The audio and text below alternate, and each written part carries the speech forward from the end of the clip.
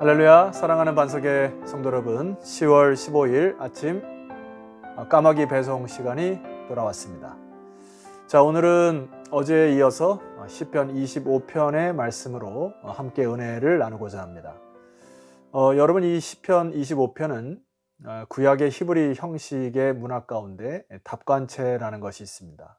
답관체라고 하는 것은 히브리어 알파벳이 22개, 알렙부터 시작해서 끝까지 이 22개의 서두로 단어를 시작하여 22절로 기록된 시죠. 예를 들어서 우리나라로 하면 가나다라 마바사 아자차카타파하 이렇게 해서 혹시 자음으로 시작된 단어로 시작하여 시의 운율을 맞춰 써내려가는 방식이다, 이렇게 생각하시면 쉽습니다. 근데 왜 이런 형식을 썼을까요? 최근에 우리나라의 시무 7조라고 해서 인터넷상에 아주 뜨겁게 달군 내용이 있습니다. 그것은 정부의 지금 방침에 대하여 일목요연하게 무엇이 잘못됐고 어떤 것을 다시 생각해 봐야 한다고 하는 그런 핵심을 찌르는 내용들을 정부 관료들의 이름을 앞에 두고서 그것을 이렇게 운율을 맞추어서 써내려갔던 이 시무 7조의 방식이죠. 아마 평균 시를 쓰는 시간과 그 노력보다도 2배, 3배 이상의 시간이 들었을 것입니다. 그리고 많은 상황들을 묵상했을 거예요. 그리고 그만큼 정성 들여 한 문장 한 문장을 단어와 문장의 운율을 맞춰서 썼을 것입니다. 그만큼 이 시를 쓸 때에 그 시는 굉장히 절박함과 그리고 마음의 상함과 곤고함이 깊었던 것을 알 수가 있습니다. 그래서 오늘 1절을 보면 다윗의 중심을 느낄 수 있는 그 구절이 있습니다. 우리 1절을 함께 선포했으면 좋겠는데요. 마치 1절은 시편 전체를 아우르는 그런 보자기와 같은 것이라 생각이 들거든요. 자, 우리 1절을 한번 봅시다. 시작. 여호와여, 나의 영혼이 주를 우러러 보나이다. 이 1절만 봐도 지금 다윗이 자기를 둘러싼 그 답답한 현실들을, 그리고 수많은 문제들을 해결하려고 동분서주하다가 소위 요즘의 표현대로 노답이죠. 그러니까 답이 없음을 알고 이 문제의 해결을 위하여 이제 두 손 들고 하나님 앞에 간구하는 간절한 절망의 표현이라 이렇게 느껴집니다. 여호와여, 나의 영혼이 주를 우러러 보나이다. 주님을 바라보는 것이 답이다, 이렇게 이제 이야기를 하는데요.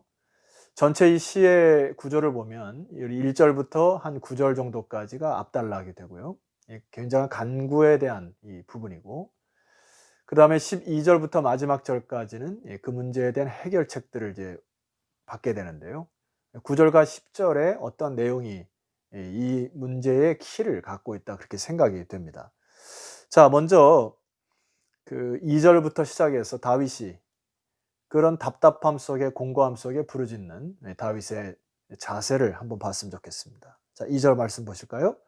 나의 하나님이여, 내가 주께 의지하였사오니 나를 부끄럽지 않게 하시고 나의 원수들이 나를 이겨 개가를 부르지 못하게 하소서. 지금 다윗의 이 처참한 현실을 깨달을 수 있는 부분이라는 생각이 드는데, 보통 전쟁에서 이제 다 승기를 잡은, 그래서 승리를 위한 기도가 아니라 나의 원수들이 이겨서 개가를 부르지 못하게 하소서. 그러니까 완전히 쥐구멍에 이렇게 쫓겨서 이 상태로 지면은 참 부끄러움과 수치밖에 안 남은 상황 속에서 하나님께 간구하는 모습입니다. 자, 4절 말씀 보세요. 그러면서 다윗이 계속 기도하는 내용이 있습니다. 이 시의 첫 단락에 보면 하나님과 여호와를 번갈아 가면서 사용하거든요. 4절 말씀 보세요. 여호와여, 주의 도를 내게 보이시고 주의 길을 내게 가르치소서.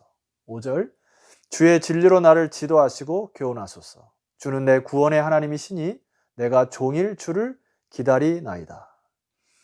자신의 힘과 지혜로 동분서주했던, 그리고 쥐구멍에서 벗어나려고 끊임없이 생각하고 고뇌했던 그런 것들을 다 접어버리고 이제 주의 진리로, 주의 도로 내게 보이시고 가르쳐 달라고. 그리고 그것도 종일토록 하나님 앞에 매달리고 기도하는 다윗을 만나게 됩니다.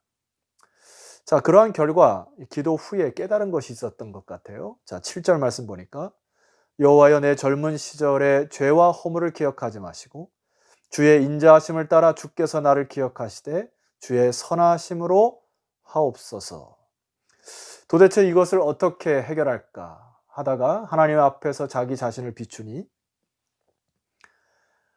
하나님 앞에 자기가 서보니까 내 안에 선한 것이 하나도 없음을 발견합니다.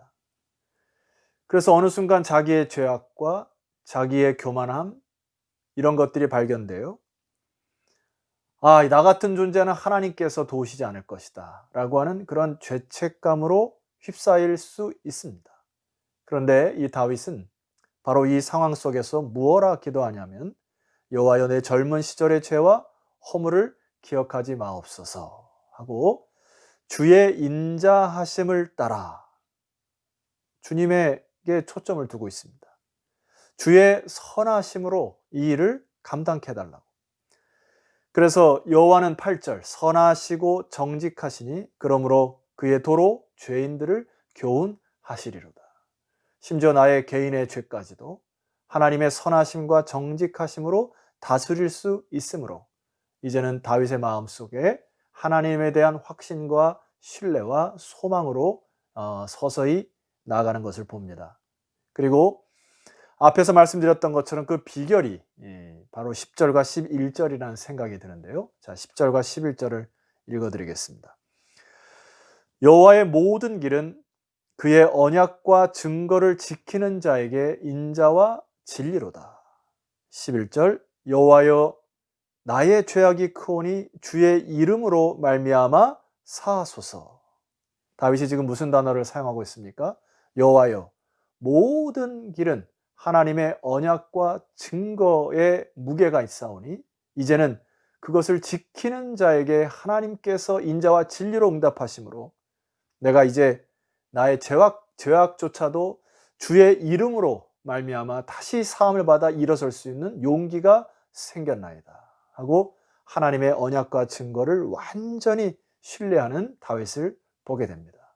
그래서 개인적으로 많은 죄악들이 있고 또 실수함이 있고 또 이 상황 속에서 개인의 작은 생각들 때문에 어떻게 이것을 헤쳐나갈지 답답한 상황 속에서 이제 언약과 증거를 붙듦으로 인하여 이제 그의 마음속에 하나님께서 역사하시고 이끄시는 확신 속에 다시 일어나는 다윗을 발견하게 됩니다. 자, 14절 말씀 보시죠. 여호와의 친밀하심이 그를 경외하는 자들에게 있으며 그의 언약을 그들에게 보이시리로다. 하나님을 경외하는 자들에게 하나님은 언약을 보이실 뿐만 아니라 친밀하게 하시겠다. 그래서 그러한 상황 속에서 하나님이 주도하시고 책임지고 나가신다고 하는 이 놀라운 언약의 비밀을 다윗은 깨닫기 시작합니다. 저는 이 상태를 형통이라고 말하고 싶어요. 형통이라고 하는 것은 내 생각대로 모든 것이 잘 되는 것이 아니라는 생각이 듭니다. 여러분의 인생이 순풍에 돛담배에 달듯이 돛따라 그냥 유유자적이 이 세상을 살아가는 그러한 상황이 아니고 수많은 상황 속에서 어려움과 환난이 닥쳐올지라도 나에게 주신 믿음과 힘을 가지고 신앙을 가지고 그것을 능히 이기고 그 모든 어려움과 환난을 딛고 서는 그것이 바로 형통이라는 생각이 듭니다. 다윗은 그것을 깨달은 것이죠. 그래서 다윗은 12절 이하에 계속 강조하는 내용이 있습니다. 여러분 12절 말씀 보실까요? 12절 여호와를 경외하는 자 누구냐? 그가 택할 길을 그에게 가르치시리로다. 여호와를 경외하는 것, 여호와를 바라보는 것이 답이다. 하나님께서 그를 가르치실 것이다. 13절 그의 영혼은 평안히 살고 그의 자손은 땅을 상속하리로다. 바로 이것이 형통이죠. 하나님 주신 길로 피하고 하나님이 주신 길로 나아가고 수많은 어려움이 있지만 그의 영혼은 평안히 거하고 그의 자손들이 이제 언약의 땅을 상속하는 축복. 여러분 이것을 사모하시는 저와 여러분 되었으면 좋겠습니다. 15절 이하에 보면은 바로 이 형통의 축복을 이어가는 다윗의 삶의 자세를 봅니다. 15절입니다. 내 눈이 항상 여호와를 바라보면 내 발을 그물에서 벗어나게 하실 것임이로다. 내 발이 비록 그물에 걸려있는 상황일지라도 내 눈이 항상 여호와를 바라봄으로 인하여 아버지 하나님께서 그 그물에서 벗어나게 하시는 축복의 인생을 살고 싶다. 자, 16절에서 17절 말씀 보세요.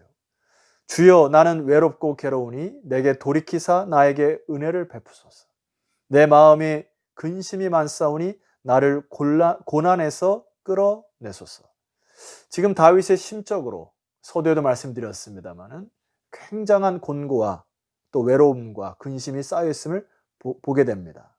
그러나 그런 속에서도 내 눈이 여호와를 바라봄으로 그 고난의 깊은 신념 속에서 끌어내시는 언약의 하나님을 찬송하기 시작합니다.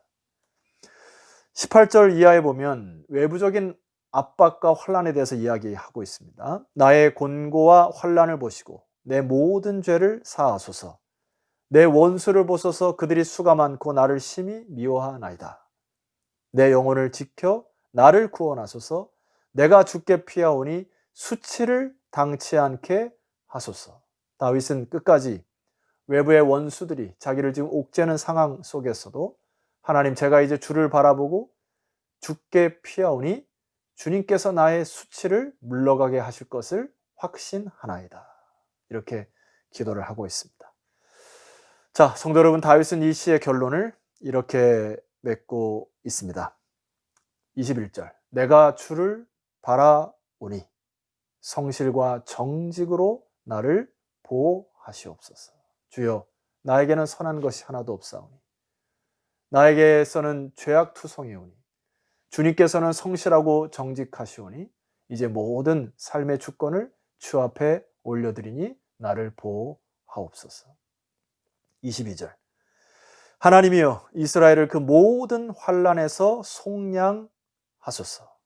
하나님 아버지여, 나의 가정뿐만 아니라 내가 속한 이 교회, 내가 속한 이 민족, 하나님의 선교를 담당할 만한 이스라엘, 아버지께서 이 공동체에게 축복하셔서 이 공동체가 당하는 모든 환난에서 속량하실 줄 믿습니다. 다윗은 하나님과의 친밀감 속에서 그 언약과 증거를 붙들므로 인하여 비록 그가 당한 공고와 환난과 어려움이 있었을 때 능히 그 자리에서 다시금 주를 바라봄으로 일어섰던 이 시편 25편의 상황 속에 저와 여러분이 이 말씀을 의지하여 오늘도 힘있게 딛고 일어서는 아침이 되시기를 주 이름으로 축원합니다. 기도드리겠습니다. 하나님 아버지, 감사합니다. 다윗의 시와 중심과 믿음을 통하여 우리가 다시 눈을 들어 여호와를 우러러보게 하시니 감사합니다. 수많은 상황들이 나를 옥죄이고 내 내면의 심히 곤고함과 바깥에서 나를 옥죄오는 환난과 역경 속에서도 하나님의 언약과 증거를 붙들고 일어나게 하옵소서. 예수 그리스도 이름으로 기도드렸사옵나이다. 아멘. 자, 사랑하는 성도 여러분, 내일 아침 우리 시편 26편으로 찾아뵙도록 하겠습니다. 내일 뵙겠습니다.